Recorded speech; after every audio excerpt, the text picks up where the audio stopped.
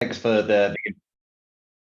cheers for the intro, Nick. Yeah, I've been speaking a number of times to Derek, and yeah, he's very keen for us to showcase a bit about what we do here at Sopro. Not so much in here's what our business does, but more here's what we've learned over the years that we want to share with you guys. So if you are in the sort of B2B sphere and you're looking at generating some new business using email, hopefully you can put some of these practices into place and yeah, benefit from our knowledge. So all about growing from email. Let me just get rid of that. And first thing I want to do is just tell you a little bit about who we are, so you know where our credentials come from on this. We were started or founded in 2015. We're going just over 7 years now. And the whole basis behind the business was looking at using email as an effective one-to-one outreach tool or service without it having to be done manually and like a salesperson, sitting there trying to churn out hundreds of emails a day. Doesn't really work. And if you look at the offerings that were around, especially back then, email marketing was really a bolt-on to other digital methods of marketing, or it was 100% just complete dross, mass emailing, which never got any response. So we thought, right, how do we do this better? And that's what we've been focused on ever since we started. And with the whole service that we offer, there's continuous learnings, tweaks, changes to really make it as effective as possible. So we, as a business, considering we've never had any funding, a completely self-funded business, starting from 2 to 3 people in 2015, we've now got over 260 people in the business. We've had over 1,800 B2B clients come on board. On behalf of our clients, we're engaging over 3 million prospects. What's a prospect? It's a person that could be a client. So if we went out to a marketing director of a B2B business, that's a prospect. So we're going out to a huge volume of people every year. And that is a even larger volume of emails, because we don't just send the one email, as I'll go through. So millions of emails have been sent. And it's not easy to be in a position where you can send that sort of volume. You can't just buy MailChimp and churn out millions of emails.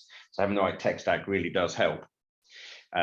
We've generated easily over £200 million worth of new business for our clients.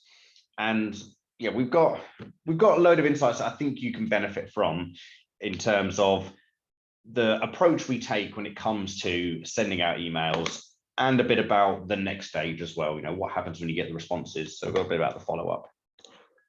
And to kind of give you a bit of a look at our trajectory as a business, the plan has been to double in size every year. Now that gets harder and harder. So for us to double last year, we hit circa 10 million revenue.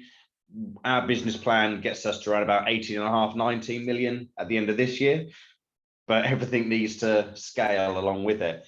Today, our biggest driver of growth has been using our own service, going out via email to prospects to gain interest and follow up those leads and close them. Obviously, you get more clients coming in the top of filling up the bath and not too many leaving at the bottom, your water level rises. So we've got a pretty impressive growth trajectory, and a lot of that, as I said, is down to email. So we really think it is, for any business, the best channel, but especially for smaller businesses, it's so effective, because if you do everything yourself, the costs involved can be very, very low. You're only going to pay for your own time and maybe a fairly low cost piece of technology. A smaller business looking into things like PPC, that comes at a much higher cost. You're sending out potentially thousands every month for somebody to manage, and for your spend on AdWords, it's just not really viable. So if you are starting out for yourself and you want to get new business, sending out emails is going to be your number one way to do that. And in case you're not sure on whether you should send email, we put together this comprehensive pie chart here showing that yes, you should send out emails, and of course, yes, in orange. Even a litmus study back in 2021, looking back at that year, working out that for every $1 spent on email marketing, you're getting about $36 back. That's an updated stat. Every year I look back and seeing very similar figures. It doesn't change.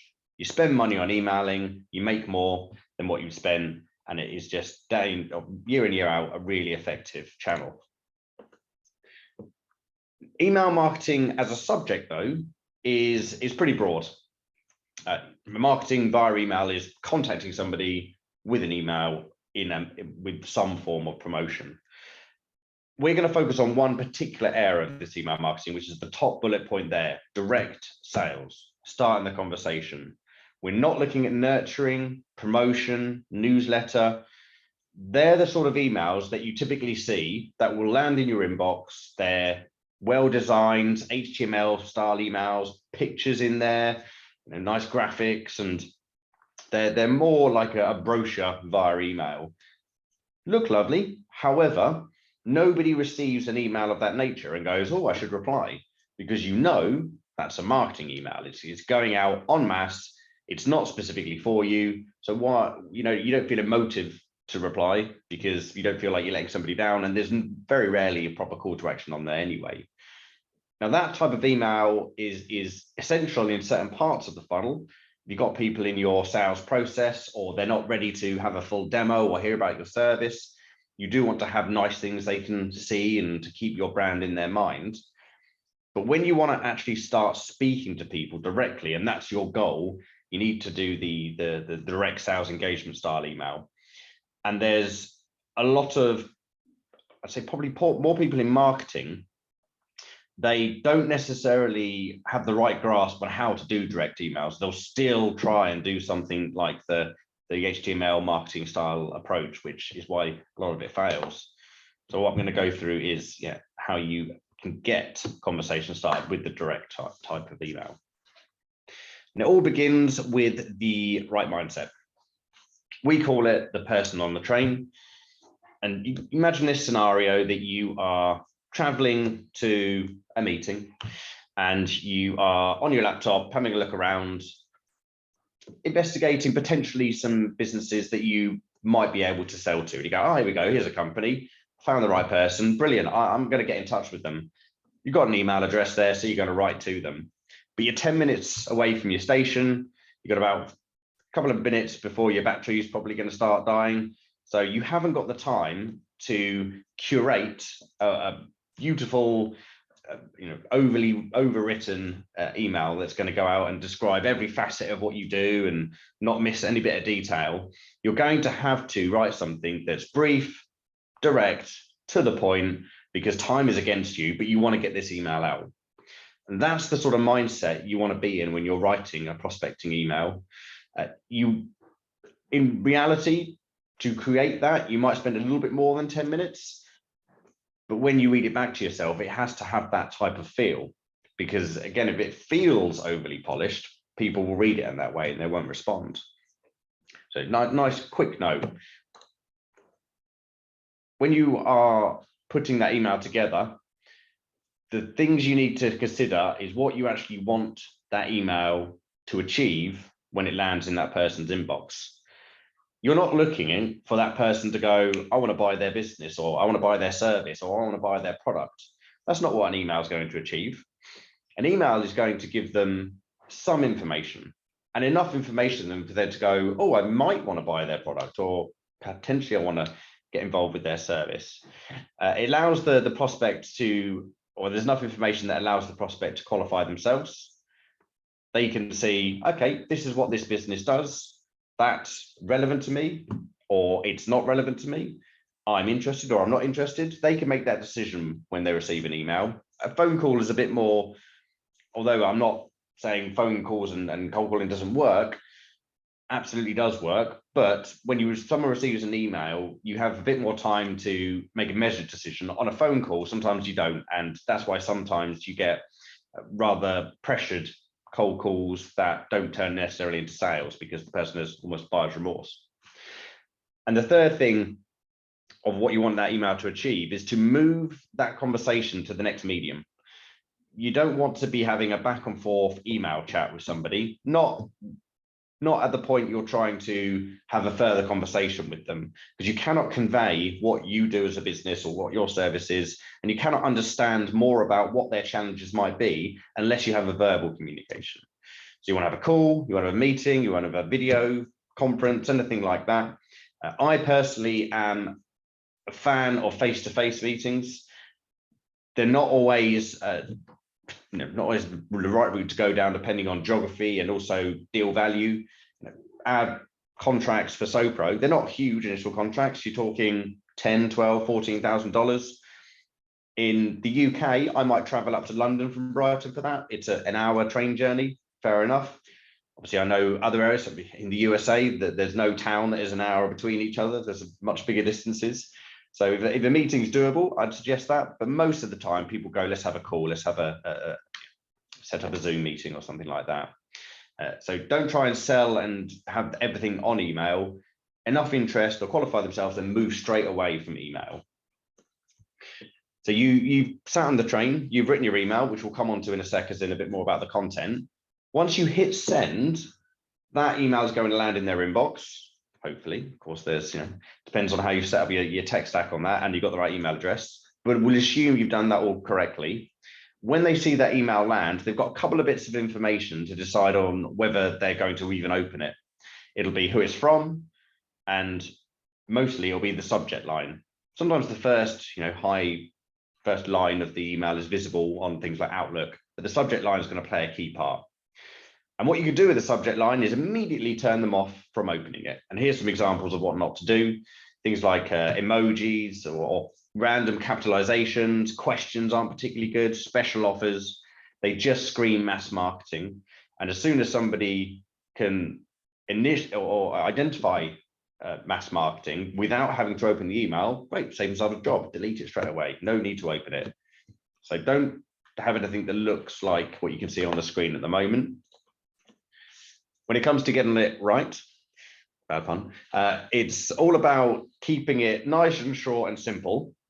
What we find the most effective is to you can't be dishonest in a subject line, but what you can do is not talk or not mention what you actually want to talk about. So you can say what the outcome might be. So example here, company/Sopro meeting. So that could be Barclays/Sopro meeting, because I want to have a meeting about Barclays and Sopro. Quick call, brief intro, maybe putting their first name in there if the emailing tech you're allowing has that as an option. But less than 15 characters seems to work the best. Personalization works. And just try and get them curious about what the email may be around, rather than trying to tell them exactly what it is. So that's step one, get them to open the email and actually read what you have written. When they open that email, what they're going to do is, within probably a few seconds, make a couple of very quick decisions. They're going to look at it and go, does it seem like this is an email specifically to me? As in, a person has sent me this email. And if they think looks like it, they'll then think, is it going to take less than 30 seconds to read? Now, they open up an email. If it looks personalized, but it's a novel, I'll put that on the database. They'll deal with it further down the line. And later that day, later that afternoon can often translate into never, because unless they recognize it as something that's a priority, it just puts them off reading it straight away. But if they read it and go, oh, looks like it's for me, short and succinct, great, I'll at least scan through it and give it a read and see what this person wants. What should that email look like? We have a bit of a formula, but it's more about the stages of paragraphs. What you put in these specific paragraphs is really going to be up to you. And although I think the format works, you probably need to get a bit creative with what you do with each of these steps. The first thing might sound a bit obvious, but you do need a greeting in there. Good morning, good afternoon, hi, hey. We tend to avoid saying hello. It just doesn't, it's a bit of an odd thing when it comes to emails. It's not normally what you'd say in normal conversation. So we tend to avoid that. The softener is you're just saying something that's not about the subject that you're going to speak about. You want to have something to do. You can mention the weather. You could talk about anything happening in current events. You could be completely random. I would actually say saying something a bit random is probably the better approach. there are often times that people will write an email and they'll go too dull with the wording of their email, because they think, oh, but what if somebody doesn't like what I've written? Doesn't matter, as long as you're not going down and talking about, say, divisive things. You don't want to start going on about politics or world events and things like that. Keep it lighthearted. But if you wrote something random, at least you're going to grab a bit of attention. Personalize it, maybe about yourself. Just say, oh, I'm having a bit busy Wednesday, how's yours going? Just a little bit that's going to soften the greeting until you actually start going into, well, here's why I'm emailing you. So yeah, make it random. The next step is your intro and rationale behind the cold contact. You've emailed them, they don't know you, tell them why. Don't beat around the bush. You've done your little softener. So you're saying, this is who I am, this is why I'm emailing you, and this is really where I think I could potentially benefit. The logic for the next step is, I think I can help you here, but I want to tell you more about it. I don't want to send you a brochure. I don't want to go back and forth on email, like I mentioned. I would like to have a conversation. You don't leave it at that. You don't say, I'd like to have a conversation, then let it hang there. You need to prompt them into action. And that's why you always have a call to action, moving it to the phone call or the video call or the meeting, or whatever I said. So you're only asking for a short amount of time. And believe me, we say, yeah, 10 minutes, 15 minutes. Every single conversation we have normally lasts at least half an hour, because once you get into something, people want to know more about it and the conversation flows. You don't need to say, hey, can I grab you for an hour? Because if you're interesting enough, if you ask for 15 minutes, they'll give you the hour anyway. But prompt them into action and ask them, can you do this day? Would this time work? Is there a slot on Friday that we could have that conversation? And then you're driving them down that route of kind of going, well, yeah, there is, or no, there's not, and getting an answer from them. The last thing there says proper email signature, which might seem a bit of a no-brainer, but sometimes people don't have their full-on email signature when they're sending out these types of emails. Personally, I get prospecting emails all the time, and every single one where it's just got regards and then their name and no signature, in my mind, it's just immediately, that's not a genuine company. It's some spammy thing from God knows where, and I'm not going to entertain this conversation. It just doesn't get my time of day. If it's come from somebody where there's an email signature and I can say, oh, there's a business behind this, it gives it a lot more, it comes across as much more genuine and makes me think this is a legitimate business here actually trying to get hold of me. So make sure your full normal email signature goes in only on that initial email, though. You don't need to send your official signature on all the follow-up emails and the chasing. Once you've written this email, we recommend conducting the 10-year-old test, which is to first off find yourself a 10-year-old, get them to read it and see whether the message makes sense to them. If it doesn't, make it easier to read, make the words more simple, take out unnecessary jargon and business vernacular, just a nice straightforward, we do this, it helps in this way, and this is what I'd like to do. It's not that you're emailing 10-year-olds or people who are only as smart as 10-year-olds, but when you are interrupting somebody's day, if they read something that doesn't straight away make it clear as to what you're contacting them around, again, they'll push it to later on in the day and it will never be actioned at any point. We do actually have to caveat, we're not recommending you hire 10-year-old people to carry out your quality control on your B2B emails, but you get the idea. Try and get in that sort of mindset when going through this. And the last thing to do is when you're reviewing your email, to make it easier to get to feeling whether you have achieved what you're looking to do, is kind of review it in these 6 parts that we mentioned. So am I happy with the greeting? Great, done, tick. Does the software need a bit of work? Do I think it doesn't sound genuine? Is there a better one I can use? If you're happy with it, tick it off. And if you can get 6 ticks, you're done. Whereas if you're looking at an entire email every time and figuring out, okay, how can I make it better? That's a bit harder. So break it down, bite size, tick each one, excellent. Your email's easy to read, it's simple, it tells what you need to do, you're ready to send it out. And then you can start sending. In terms of how you should send it, just on the last point, actually, on the the content of your email, I will add one last thing to kind of back up the fact that you don't need to spend hours and hours or days on end going through to make sure that you have every bit of detail covered up in your email and it's, you know, describing exactly what you do perfectly. We did a cow fail experiment where we sent out this email just simply saying, I want to talk to you about you know, some sales prospecting. Don't want to sound like every other email, so here's a cow fail. And broadly, this received around about the same amount of responses and leads as a more wordy email that is more akin to our style. But it grabbed people's attention, made a few people laugh, and as a result, people replied. So there, in terms of the detail, it never helps. Keep it out. You're much better having something in there that's more showing more personality than, you know, why you're the best in your industry. People don't want to really read about that. I wanted to touch a little bit on the tech setup side of things. We often get asked around what is the best platform to send emails from. Now, our experience is none of them are good enough, hence why we don't use any existing technology.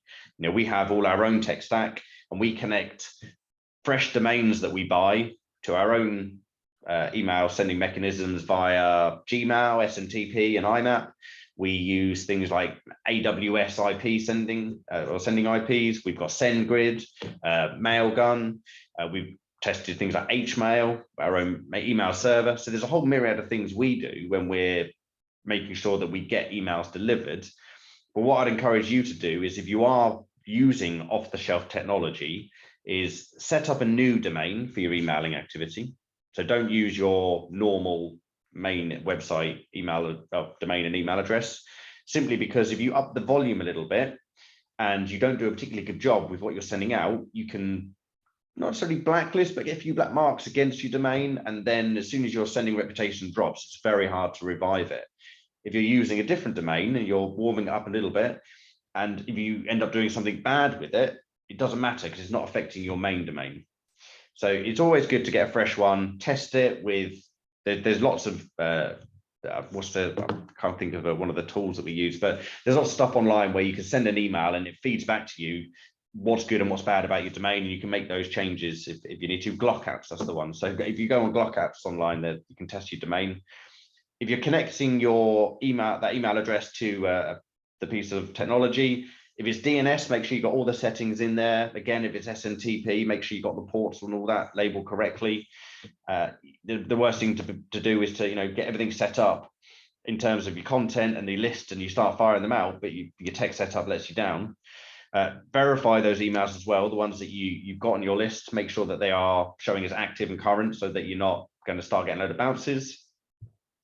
It's always worth checking the email format as well.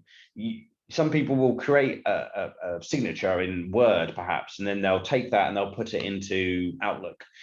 Behind the scenes, there's often a huge amount of redundant HTML in that signature that you've created in Word.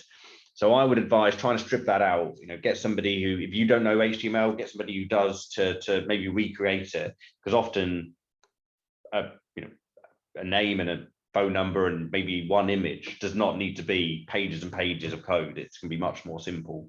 And again, when your email is received by an email client, loads and loads of redundant code isn't exactly going to help your case to get into that inbox. And the last thing is keep an eye on things like your open rates. If you don't have, well, I mean, well, we get about an average of 50% open rates. If we're doing activity and it's a 15% open rate, we know there's something wrong with that sending reputation, with the domain itself, or something to do with the tech setup. It's a clear identifier. And if you've got your open rates and they start to decline, you know something's going wrong. So there's a lot of information there about sending out an email. Anyone in sales will tell you, you cannot knock at the door just once in any sort of activity. You know, if you're a door-to-door salesman, you don't knock on a door, get no answer and go, oh, I'm never going to sell to them. You know, they might be away for the week, or, you know, just busy and in the shower or something. The same is, it's like the same with emails. If you send just one email, you will get less responses than if you send what we recommend 4 emails. And we've tested sending just that one. We've tested sending 8 emails in a chain. And you can imagine there's a crossover point where persistence equals more conversations and leads, but at a certain point, you irritate more people than you actually win over by sending out a large volume of emails. So we have found a sequence of 4 emails, which is that intro and then 3 chasers, tends to work the best. We follow a fairly common pattern here where there's the initial intro, your next approach is just a very quick, just following up on the below. Again, put some personality into there. If you haven't heard back from 2 emails, there is a chance that maybe you're trying to contact the wrong person. So you can ask if there's a different person in the business that's worth contacting. And whether you send 3 emails, 4 emails, 5 emails, whatever your last email is, make sure that it is what we call a bit of a breakup, where you're letting that individual know you're not going to keep emailing them. So they're not going to receive emails day in, day out for years from you. It's your last time you're sending them anything. That means if they don't want to speak to you, they can just ignore it and you're going to go away. But it also triggers those people that have been interested, but to this point haven't replied. Or people have been semi-interested and another email just puts them over the edge and they're like, well, I am kind of interested now, so I'll make sure I reply because I know he's not going to, or I know she's not going to come back to me. So it's your last Hail Mary, if you like, to get a conversation started with that target person or that target business. We've got some examples here of some of these activities. So the first nudge, it can be useful to put in there a reminder of the sort of value of what you're trying to contact them around. This is send you this email, I didn't hear back. We are really good at XYZ. Really great to show you some of our experience, maybe some case studies. And again, that clear call to action. Now, have you got some time later this week or early next week? That's one of the variables we have within our platform, where depending on the day of the week, it will automatically populate that with the relevant part of that statement. When you're going out for the referral request, this is actually one of the emails that I wrote probably about a couple of years ago now, and people said you can't call people a tree, it's just stupid. But to this day, it's probably one of our best performing chaser emails. And it says, as you can see, I'm keen to speak with the Daily Planet. If I'm barking up the wrong tree with you, could you point me at the right person to speak to? If I'm at the correct tree, not that I'm calling you a tree, can we speak? There's a few derivations of that, but yeah, it's just saying, can I speak to somebody else, but with a little bit more personality in there. And this actually was one of the responses we got from it, just saying that your emails put a smile on my face over this past couple of weeks, I can tell you. And they've actually written back to us to describe the fact that they are more of a gold thread cypress bush. They feel that matches their personality. If we'd have sent a boring, is someone else to speak to, we wouldn't have got this sort of response. And it's somebody who wants to be contacted further down the line. So it's a future lead by being a little bit silly in that chaser email. The breakup is where we normally put the largest amount of humor in there. Again, it's your Hail Mary to try and get a conversation going with this person. It's your last attempt. So why not just do something memorable at least, or something that you find a bit amusing or a bit funny? An example here says that, keen to speak to you, but let me know if it's one of the 3 you're not interested, so I should follow up in a month, or a ninja hamster has been preventing you from replying. And there, of course, is a ninja hamster. We have a variety of things like this. There's a ninja kitten. We have a Pug Rocker here. I think, dogs dressed up in stuff people always appreciate.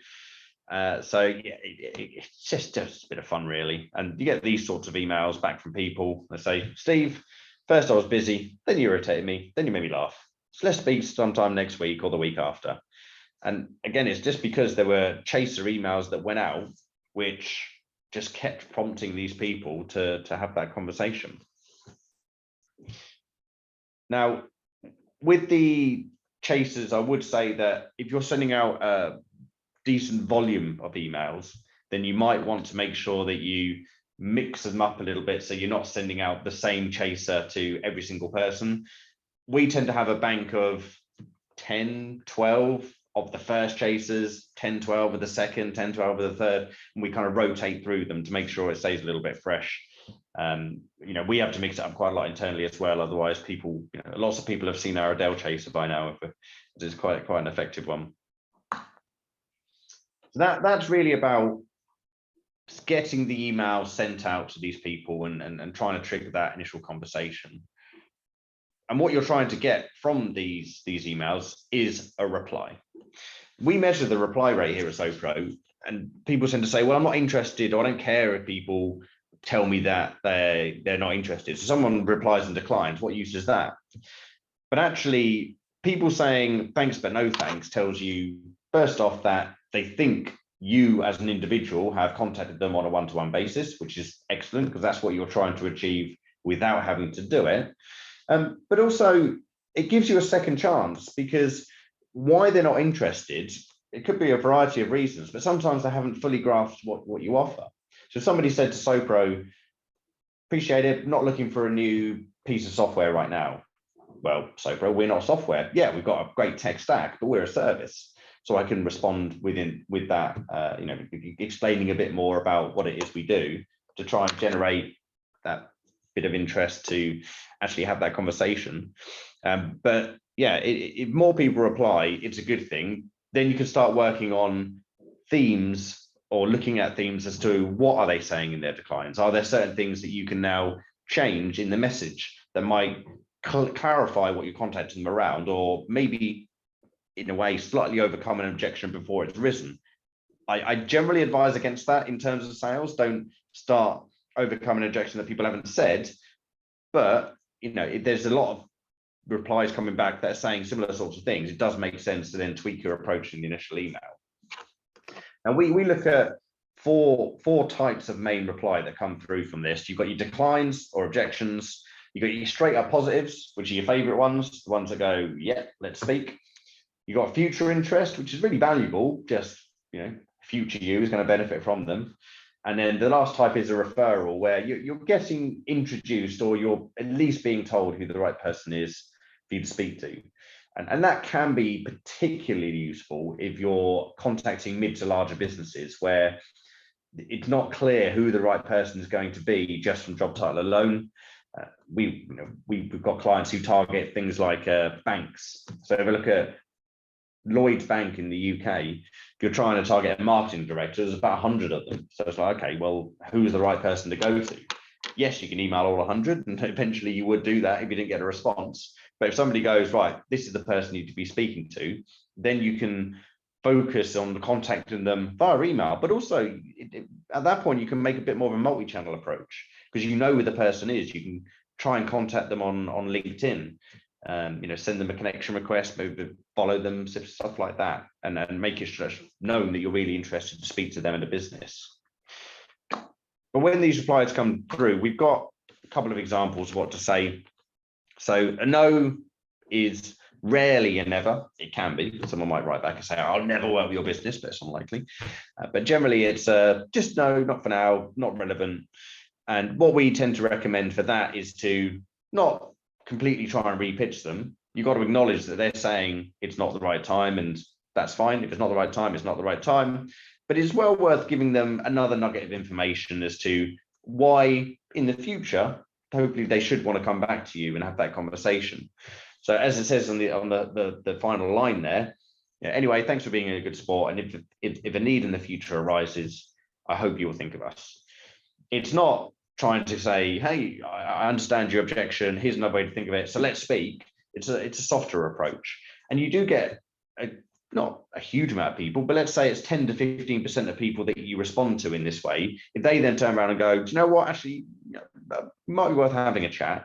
That's conversations you wouldn't have had if you'd have just gone, it's a decline, next, not bothered about dealing with that one. So we always encourage our clients to reply to every single response that they get through, because you never know where it's going to go.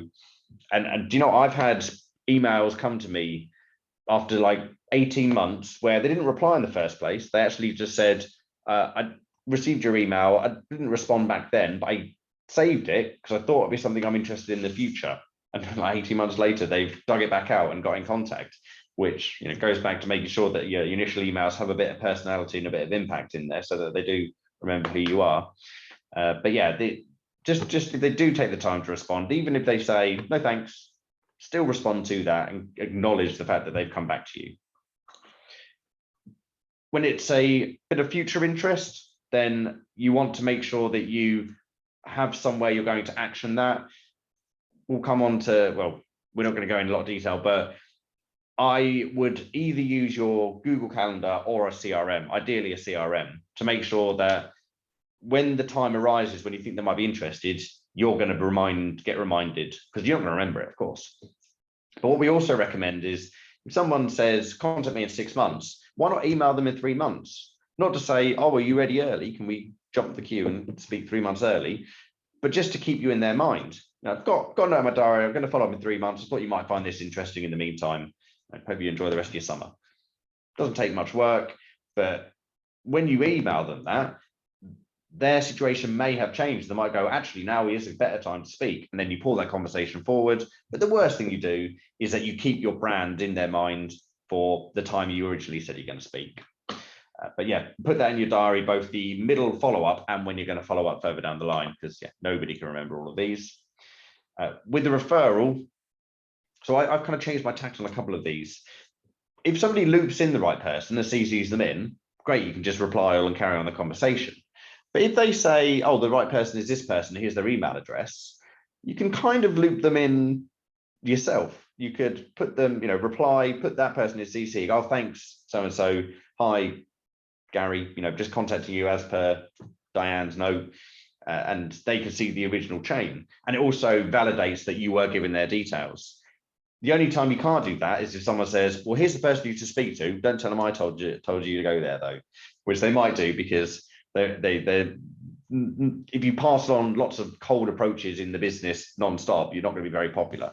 But people tend to only pass on details or loop you in the right person if they go, I think this is actually going to be of interest, like maybe it's being spoken about in the business. So referrals, I would say out of all the leads, I would class them as the weaker type of lead, but doesn't mean they're not valuable. There's lots of referrals where the conversation carries on and you're speaking to the right person. With the last kind being straight up your positive response, don't fall into the trap of then starting to pitch over email. They're interested to speak. All you want to do next is get that conversation booked in. And the sooner the better. There's a saying in sales, time kills deals. And they've replied saying they're interested. Right, let's keep that interest hot while it's there. So you can send them a couple of suggestions of when to speak. A lot of people have diary links these days. I wouldn't advise sending that straight away in something like this, because if you email somebody, you've tried really hard to speak to them and they go, okay, let's have a conversation. And then you're like, yeah, book in my diary. It's a bit flippant. If you say, oh, I've got a couple of slots here, does that work? Is there a better day? I do have a diary invite, or sorry, a diary link. If that is easier for you, it's a much more polite way to offer it. Yes, I think there are sometimes a bit of a tendency to just send people to your diary link straight away, and it's a bit impersonal if you ask me. But they're interested, get the conversation booked in. And then the last thing on this really is getting your pipeline organized in regards to, you generate yourself a load of leads.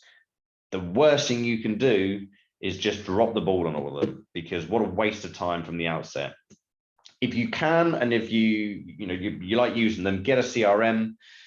For basic pipeline management, something like HubSpot, you can buy for £6 a month.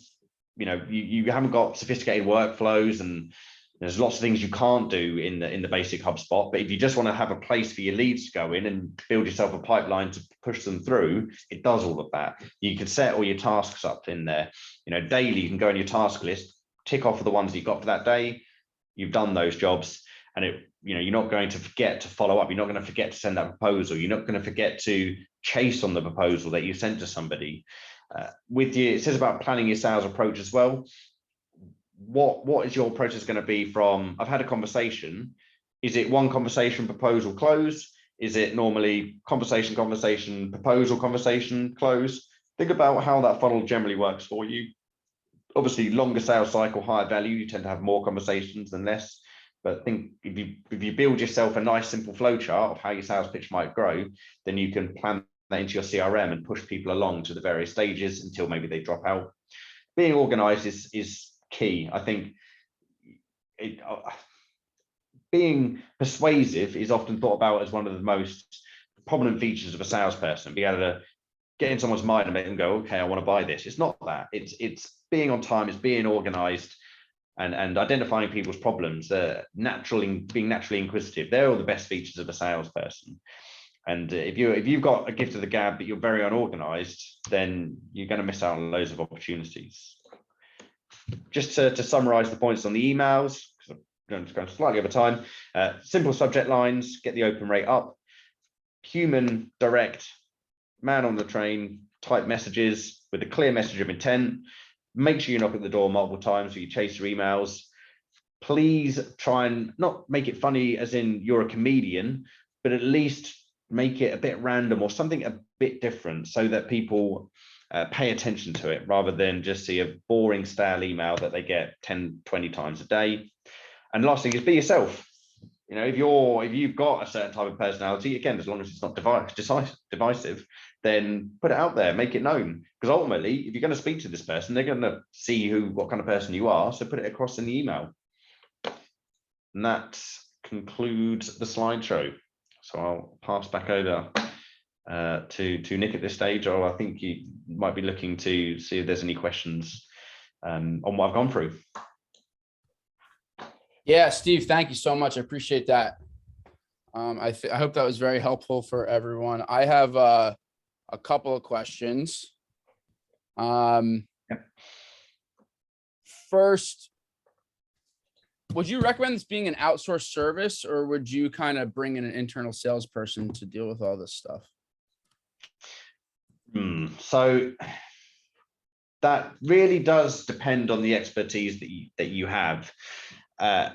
And budget, of course, as well. You know, if you can afford to outsource it to a business and they can do everything for you, then I probably would outsource it personally, just because in that you're giving it to somebody who's got a lot more expertise in running this activity. You know, if you think about if you send out 1,000 emails, you're going to learn a certain amount from those 1,000 emails. Right. We've sent out millions of emails, so we've learned what you've learned from that 1,000 emails 1,000 times over. With that, we can make the right decisions better from the outset. However, if you've got somebody in-house who's got that experience and they know the right tech, you can do it in-house. So it is horses for courses. However, when you do stuff internally, there's a lot of manual steps we take, and we've got like an operations team that cover those off, like taking data, person's name, company name, industry, all the stuff you might put in an email, and manually tidying it so that it doesn't look like it's an obviously sort of shoehorned into an email. People will rarely have the time to do that. So they might buy their data, they might have their lists of people, they might be able to write an email, but the difference between it performing badly or well could be how you've personalized it and how it flows with that, and that can be quite time consuming. So yeah, there's not a defined answer. Should you do it in-house? Should you outsource it? If you are expert at it in-house, do it in-house. If you're not, get someone else to do it.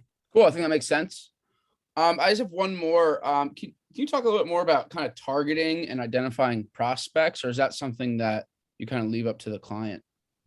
Well, it's a bit of both. We have some clients who go, look, we've got this offering. We can help lots of companies. What would you recommend?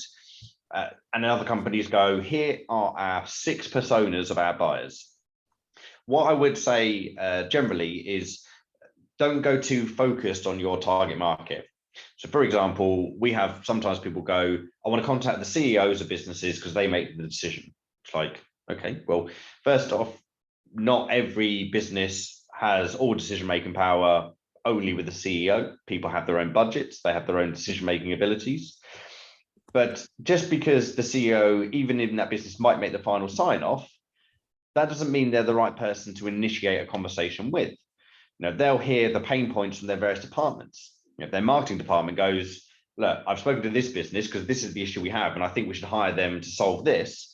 The CEO might go, yeah, okay, that makes sense. So you don't have to just contact the who you think is the obvious decision maker. It's well worth thinking about influencers in the business, champions. Who do you actually solve the problem for in a business? You know, if you're an outsourced accounting service, you probably help the finance department rather than having to have internal accounting expertise.